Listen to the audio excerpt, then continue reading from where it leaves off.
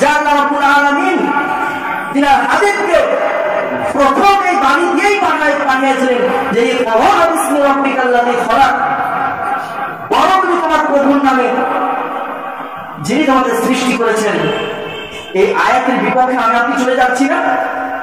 একবার কি আমি আপনি চিন্তা করতে পেরেছি যে কোরআন মাজিদ না পড়ার কারণে হাদিসে আপনাকে কি নির্দেশনা দেওয়া হয়েছে, কি দিক নির্দেশনা দেওয়া হয়েছে, এই জিনিসগুলো আমি আপনি জানবো না?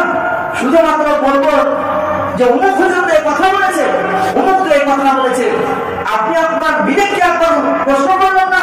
আপনার জ্বর হয়েছে, আপনি গ্রাম্য ডাক্তারের কাছে গেলেন, আপনাকে চিকিৎসার জন্য কিছু ওষুধ দিলে, সেই ওষুধকে আপনার কাজ হয় না, আপনি জেলা পর্যায়ে ডাক্তারের কাছে যান, নাহলে বিভাগীয় যান, নাহলে রাজধানী পর্যন্ত যান, নাহলে দেশ ত্যাগ করেন ক্ষমতা অনুযায়ী, মানে অ্যাবিলিটি অনুযায়ী। অথচ আপনি ধর্মের ক্ষেত্রে কেমন একটা